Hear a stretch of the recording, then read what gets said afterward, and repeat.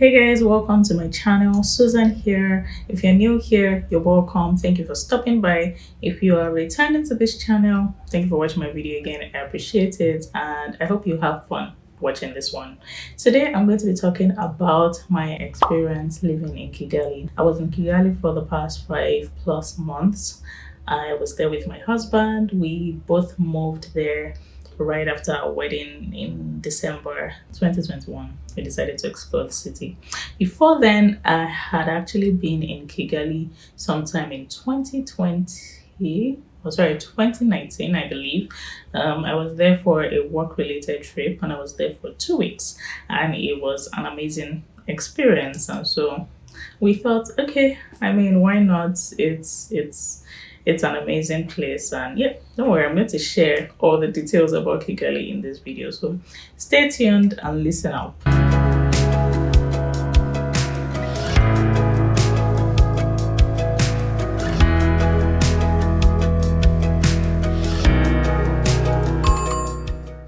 All right, so on right after our wedding, after a few days in Lagos, the stress in Lagos, was anyway. Right after our wedding, we decided to move to Kigali on I think the first week in January 2022. Yes, 2022. Yeah, we moved. We got into this place. We did the whole 3 to 4 day quarantine, and then we moved into an apartment. I know it's like this is like the 5th month, right? And I should have been documenting some things, but I don't go out a lot. A lot of you know that I'm an introvert, so I hardly really go out.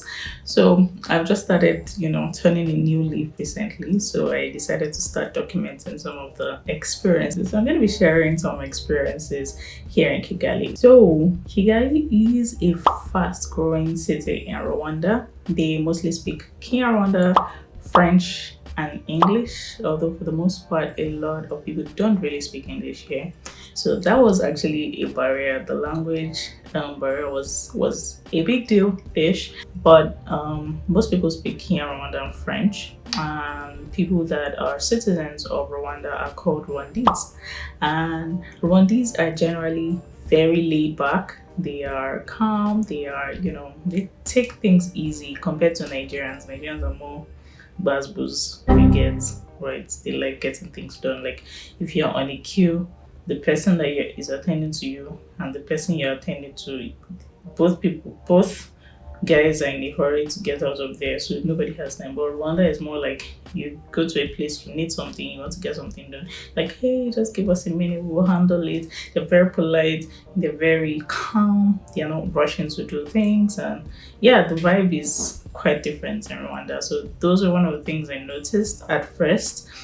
For someone that is always in a hurry, that might be an issue for you.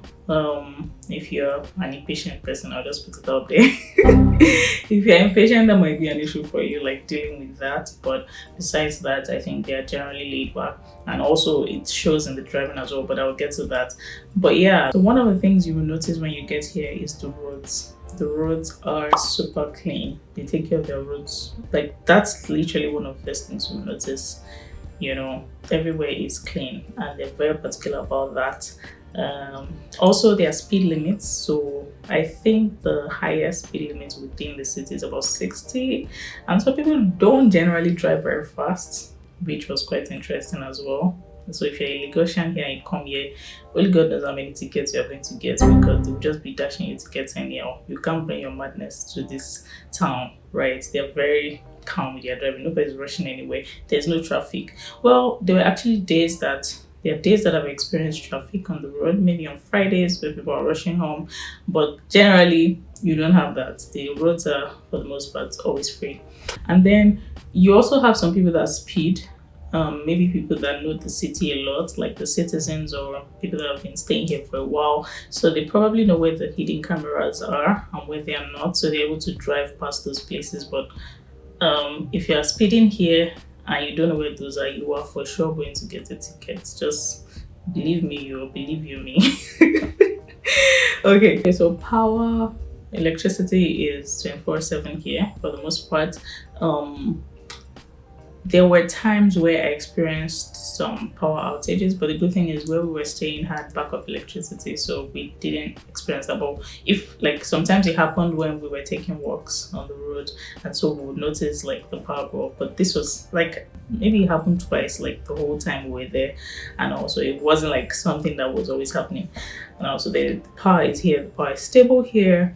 So an interesting thing though is that the water is not advised to drink the water, right? So we literally did bottled water all through the time we were here, right? So you're not supposed to be drinking the water. The government advises you not to drink the water, and so yeah, that's that. So let me just say, Rwanda is safe. Kigali, where we were, is safe. It is safe. Like you can literally go out by 2 a.m. in the morning and take a walk and not have to look over your shoulder that someone will come and rob you, attack you. It is that safe.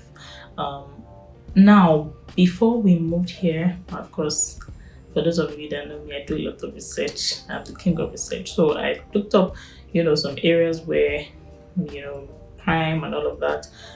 And there were some areas, but it's not like, I don't think it's a rampant thing or something that happens often. Generally, Rwanda is a safe place to be. Kigali is safe, right? So there were so many times that we went out at night and it was like safe. Now, when we came here at first, there was a curfew because of COVID, and so nobody was supposed to be out by 10. So before 10 p.m., everybody's rushing to get home, and the whole street is quiet. So it was a bit, I don't know if depressing is the word, but it was very quiet at night when we first got here. But when the restrictions got lifted, people could now go out, people could hang out till late in the night. In fact, we'll be hearing some people like in bars laughing in the night sometimes, and also that was cool. Oh yeah, I forgot to mention I misplaced my wallet in Kigali, and I'm pretty sure that was out of my own carelessness, not as a result of course, I mean, someone could have picked it up and whatnot, but I wasn't robbed. Like, I probably just dropped it somewhere and that was the end of it. But that's the only thing I experienced that was one of the things I experienced that I didn't really like ish, because everything I had was there, but I was able to recover. Like, I had my card sent to me and stuff like that, so that was okay. Another interesting thing about Kigali is that they're very particular about health and cleanliness. So once in a month, there is this thing where everyone is supposed to come out and clean their surroundings. So you're expected to come out, take care of your area, take care of your surroundings. So that's something that is common here. Another thing, the second thing, which is fitness, is that there is a marathon. No, not the marathon. There is the marathon, but this one is a no car day. So Uber in Kigali, which I'll get to very soon, there's no means of transportation that has to do with cars that ply the roads. So you are not expected to be driving on the road at a particular time during, like, I think it's a Sunday, last Sunday of the month or so. Please correct me if I'm wrong in the comments, and you're listening to this and you know what I'm talking about. But yeah, there's a time every month where you are not supposed to be driving, right? So people literally walk to where they're going. Like, even if you're going to church and your church is like miles away, some people walk all the way. So it's kind of a way to encourage fitness, which, I mean, you guys know I'm a fan of fitness, so, or for those of you that know, let me not assume that everybody that is watching knows that. But yeah, I think I found that really cool. So yeah, you're expected to either walk to where you're going for that period of the day, or basically stay at home. You don't have to be out. I'm going to talk about the cost of living. Now, generally, rent in Kigali, I would say, is reasonably priced. If you compare rent here to what you're getting is in a fast-paced city like Lagos or New York, obviously, like, you will get things cheaper here in terms of rent. There are places that are expensive, like places in somewhere called Iyaturama. Places in somewhere called Iyaturama, which is very close to the city center, Kiyovo as well. Those are places that have, more expensive areas there. So you would find things a bit more expensive there. But there are places all around city and all around Kigali or where you can find reasonably priced houses. Kibagabaga. First of all, let me say that it took me time to learn how to say Kibagabaga, and I'm so proud I said that without, having to stutter, right? So Kibagabaga, Romera, Gisozi. There's so many places here where you can get like reasonably priced apartments that wouldn't like crash your bank accounts, basically, that are cheaper than Lagos. In fact, places that are around the city center that you will find cheaper than Lagos. So in terms of rent, I would say Kigali scores higher in terms of rent. Now, that is for rent. Cost of living in terms of other things like groceries. For one, I feel like groceries are more expensive here compared to other cities. Even like I was in Canada before coming here, so like things are cheaper even in Canada compared to here. Things like maybe bell pepper, for example. So the huge bell peppers, like 4 pieces go for about 4,500 Rwandan francs. And so I forgot to mention this, but approximately 1,000 Rwandan francs here is $1. So with that calculation, 4 pieces of bell pepper is going for about $4.5, which is about 2.5, I think. So yeah, thinking about it again, I don't think pepper is that expensive in Lagos, but yeah. Pili pili is called rodo in Nigeria. It's called pili pili here. It's habanero pepper in English. And I think that's on the cheap side. There are other things that are cheap as well. But one of the things that I found a bit like that was a pain point for me was getting rice. So I am used to cooking with purpled long grain rice, right? And the most common rice here is Thailand rice or Tanzania rice. So I had an issue with that because it tastes different. My husband as well did not really we both didn't connect to the taste as much. So we were always looking for long grain rice. When we got here at first, we saw it, and I think we were the ones that probably bought from all the stores, because after a while we didn't see it again. It was almost like they weren't importing it anymore. And so yeah, we had some issues with that. Then there was Uncle Ben's rice, which is inside a pack. If I have a picture, I would show it in this video. So the Uncle Ben's rice is like in a red pack, and 1 kg was going for 8,000 Rwandan francs, which is like $8. Yeah, 1 kg of that rice was going for $8. So that was quite pricey. But thankfully, we were able to get someone that like traveled to Dubai and was able to import that type of rice, and we got it at a very good price actually. So yeah, that was that. Other things, I think I also had an issue with getting my monitor that I use, my HP monitor. It's like twice the price that it is on Amazon here. So yeah, that was an issue. So I feel like most of those things that you would get, at a cheaper price in other places are more expensive here because of importation costs and things like that. So yeah, there was that pain point as well. Some things being, more expensive than you'll find it out there. Like even skincare, some of my skincare products were more expensive than I would have bought it in Canada. Yeah, my CeraVe moisturizing cream, I think I got it for, how much was it? $30 also, and it's really cheap in Canada. Also, there were some other things like my ordinary skincare products as well. They were quite higher than the price I would usually get most of them. So yeah, there was that. But generally, I think housing, which is the most important thing, is reasonably priced, so that's fine. So yeah, another great thing is that if you are the kind of person that doesn't like going to the markets and you want to get your groceries delivered, you have to get your groceries delivered like at your doorstep, there's this app called Vuba Vuba that Vuba Vuba, yes. I like when I say that accent. So on this app, you can buy groceries. Like you can buy your peppers, you can buy your rice, you can buy your beans, you can buy your fish, you can buy your poultry, like anything, literally dairy, whatever. You can get it on the app and it will get delivered to your house like straight away. You just need to order it online and it comes. And that was like, I loved that. I loved that. Could have that. I think I only went to the market maybe once or twice or 3 times so through my 5 months there.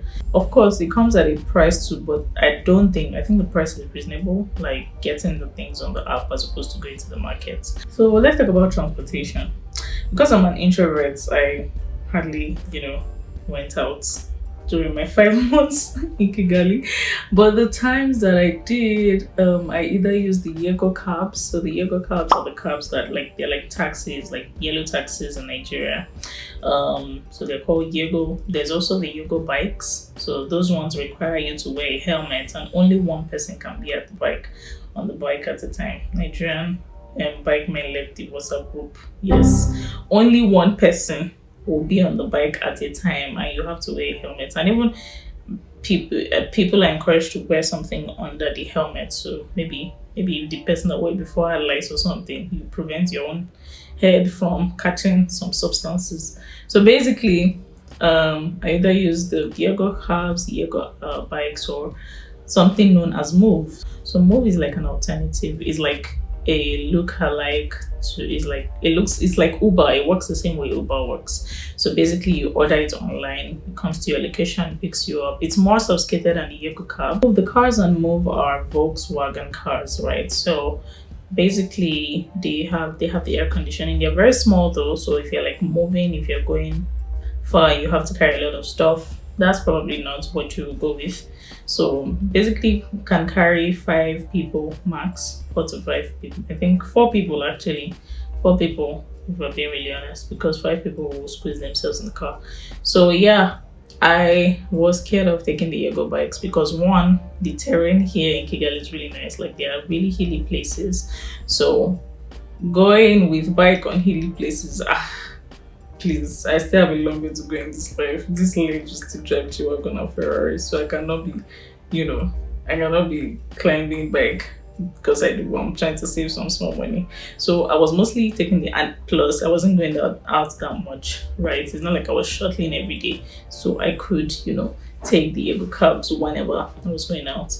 So of course the Yego bikes were less expensive, like maybe 1/5 of the price or 1/4 of the price of the cabs, but really it wasn't so bad, to be honest. It wasn't so bad. Yeah, the reason why I was taking Diego cabs mostly because I would have preferred to take the Move cars, but all of a sudden the Move app stopped working, and I don't really know why that happened. But up till now, like this has started happening since like maybe March or so, and like you just open the app and it just keeps loading, like it's just crazy. So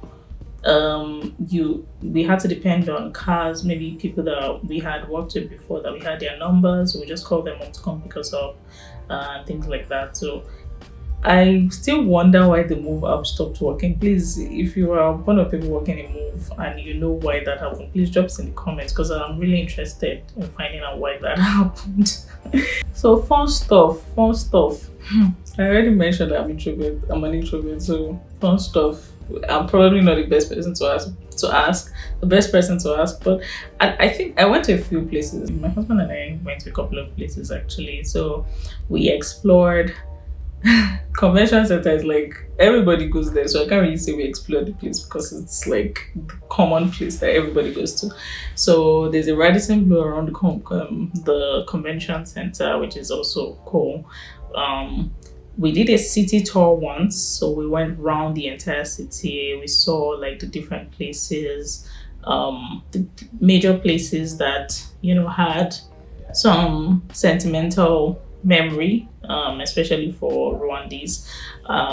We visited those places. We're told about like the history, how those places came about, hotel, the meals. I think we were there as well. There's one other hotel that has a really nice view. I'll put the picture if I still have it, or the video on on my phone.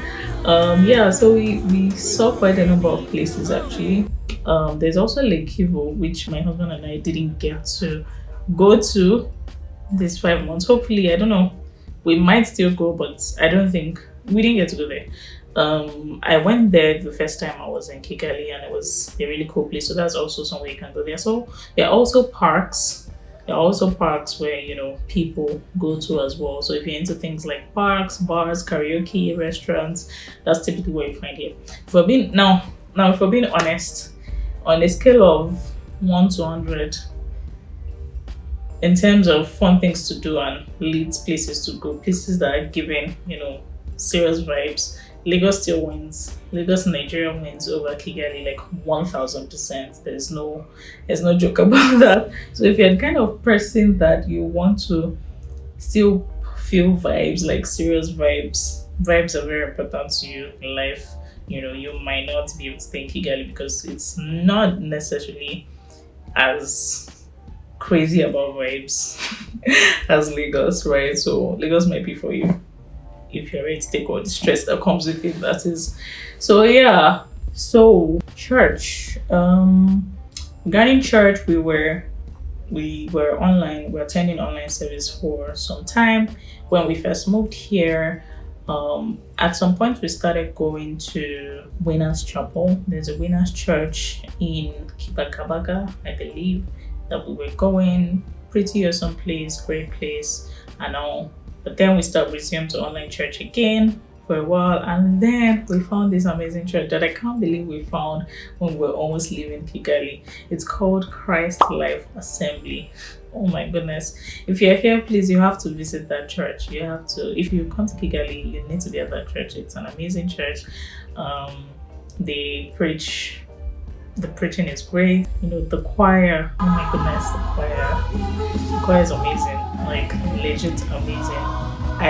All the time we went there, it always felt like they were, like, you're in a live production, literally, of music. Like, the songs, they are so talented, they're so skilled, they're so gifted, and yeah, the pastor too, so amazing. The pastors of the church, we had an amazing time there. I wish we stayed longer. We would have been members of the church, but yeah, that was our experience, churching in Kigali. Now, fitness, well, we have been praying for this, because for me personally, you guys know that I try my best in terms of fitness to do the little I can. When I first came here, I was eating like a hoodlum, like everything I see, I don't know what it was, but eventually I began to, straighten out. Luckily for us, we had a gym. Yeah, we had a gym at the place we were staying, so I was able to go do like workouts at the gym and things like that. So yeah, fitness wasn't a big deal. Apart from that, the roads, like, you can take long walks on the roads. Like I mentioned before, the roads are safe. So if early in the morning, in the night, if you want to walk, run, you can do that on the roads as well.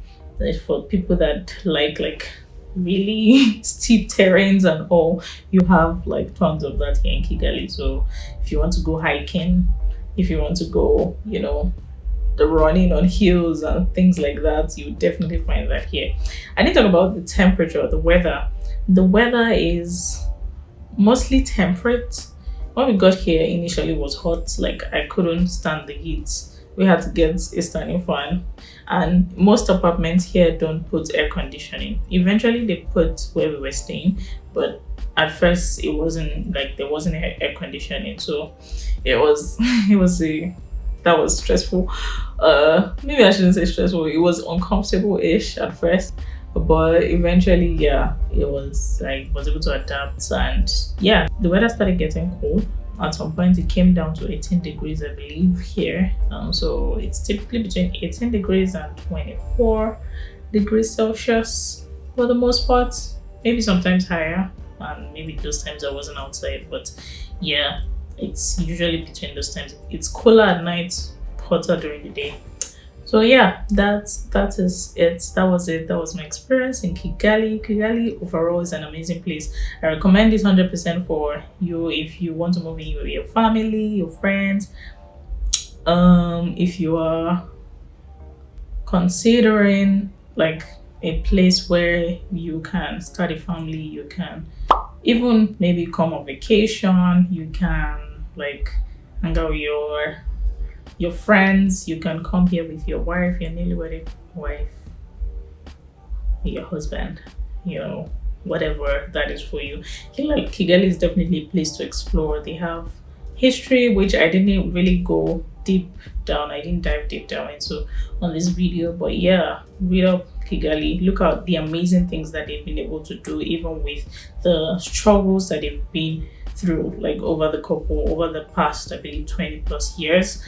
They have come out on top of it and have been able to build something really amazing here.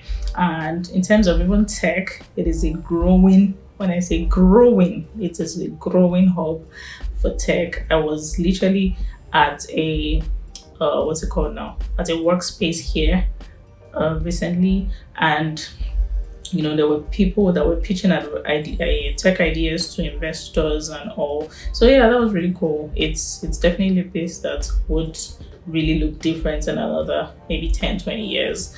And yeah, I really enjoyed my stay here in Kigali, and that's it. I hope you guys have fun if you decide to come here, and I hope you enjoyed watching this video as well. Let me know if you have any comments about this, if you have questions, if you have maybe some things that additions, if you have stayed here as well, what your experience was. Please share it in the video. I'd like to see. And yeah, I hope you have a good time if you ever decide to come here. And yeah, have a good rest of the day. I will see you in my next video. Bye.